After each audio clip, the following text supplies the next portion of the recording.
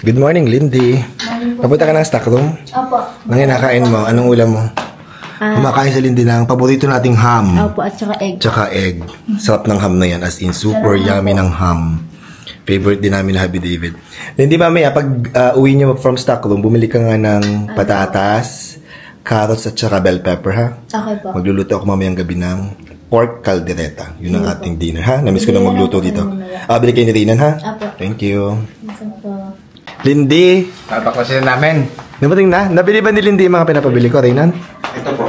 Ayan. Grabe guys, napakamahal ngayon ng mga gulay. Ang mahal ng gulay ngayon, nakakaloka. Ito. Punta ako ng mall, sobrang mahal. Sabi ko kay Lindy, bumili na lang siya. Sa palengke, mas mura. Nakakapanibago sa bahay. Wala na yung mga Christmas decor. Tinanggal mo na may... Patay bagong lipat dito. Ano, Lindy? Pagod na kayo? Wala nang gamit. Tapos, nagdi-dispose na rin kayo ng mga ibang gamit dito.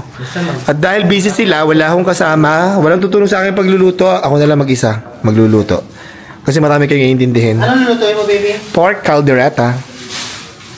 So, mag-start na ako magluto ng pork caldereta. Ito na yung ating spare ribs. Ribs. Ribs to mga to. At ibababad ko siya sa... Imamarinate ko siya sa select soy sauce. Naglagay ako dito ng 5 tablespoon ng select soy sauce. Tapos, hindi ba naman yung kalamansi? Meron po, napiga ko po. Napiga mo na? Nasaan? Opo. Nasa rin po. Ay, kukunin ko. Saan dito? Ito. Opo. Nagtiga si Lindy ng kalamansi. Perfect. At dahil dyan, lalagyan natin ito ng mga 2 tablespoon ng kalamansi. 1,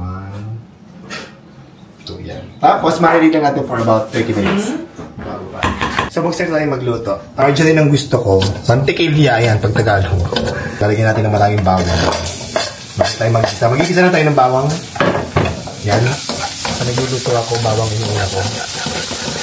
Ilagay na natin ang sibuyas.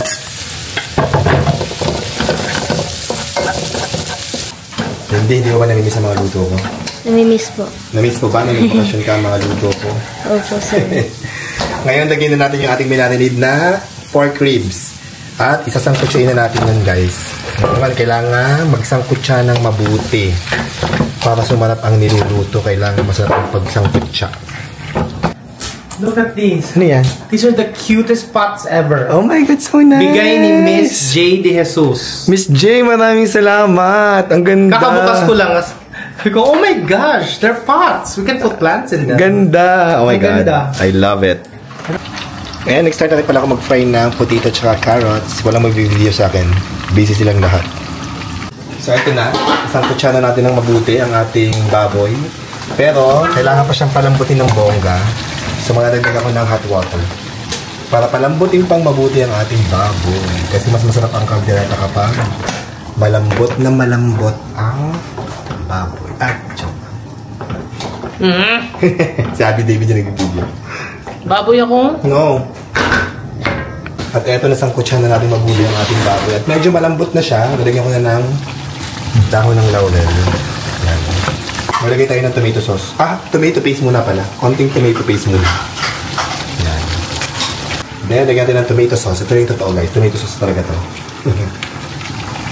So, nag-request si Happy David. Gusto niya maraming sauce. Kaya nagdagdag pa ako ng isa pang tomato sauce. Tapos, itimpla ko ng Worcestershire sauce. Tansya-tansya lang. Feeling method. Lagyan na rin natin siya ng liver spread. Yan. Tapos, saluhin na natin ng very, very light. Diba, Lindy? Yan. Lagyan natin ng cheese. May natira pa kaming cheese. Medyo matigas pa yung nasa unahan. Pero sayang naman yun. Lalambot din niya pag nilagay mo na sa mainit. Ay! O, diba? Sabi ko, ay! O, diba? Nag-grate ka pa. Nilagay mo na isang buo doon. Nahulog Okay na. lang yan. Huwag ka nang mag-grate. Ilagay mo na ng buo at patunawin mo na lang. Natutunaw din yan. Lalagyan ko rin ng konting peanut butter. Wow. Buti nakakita So parang kare-kare. Buti nakakita ko ng peanut butter. Lagyan natin ng bell pepper na pula. Yan. Tapos, isasabay ko na rin dyan lagyan ng olives. Green olives. Kung meron kayong black, pwede rin. Kung ano gusto nyo, depende. At isasabay ko na rin ang garbanzo sauce. Mayroon akong sanlata. Yan. Nalkan. Yan. And last, lagyan natin ating tomato, carrots at potato. At actually, luto na po. Haluin ko na ng very light. Luto na ang ating cheesy pork caldereta. Kakain na tayo, Lindy. Sarap. Kain na. Kain tayo. Opo. Mim, lagi nakakain na. Napagod ka, no?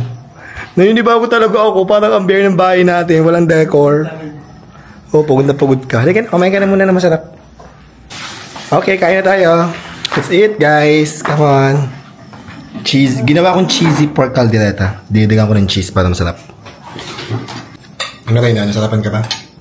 Masarap dito. Gusto. Gusto mo, Lindy? Hindi ko pala nalagyan ng isili kasi gawa ni Lindy, ano? Masarap po. Nakalimutan ko lagyan ng sili. sa anghang din. Hindi ka ba nasasanay sa anghang, Lindy? Medyo po. Medyo lang, no? O, pa ano na yan, pa-level up na yan. So, susunod, makakain na si Lindy ng maanghang meme. Tingnan mo nga ang lasa ng aking cheesy pork caldereta. Sakto lang. Okay. Kasi may kulang. Ano? Kiss. Yeah.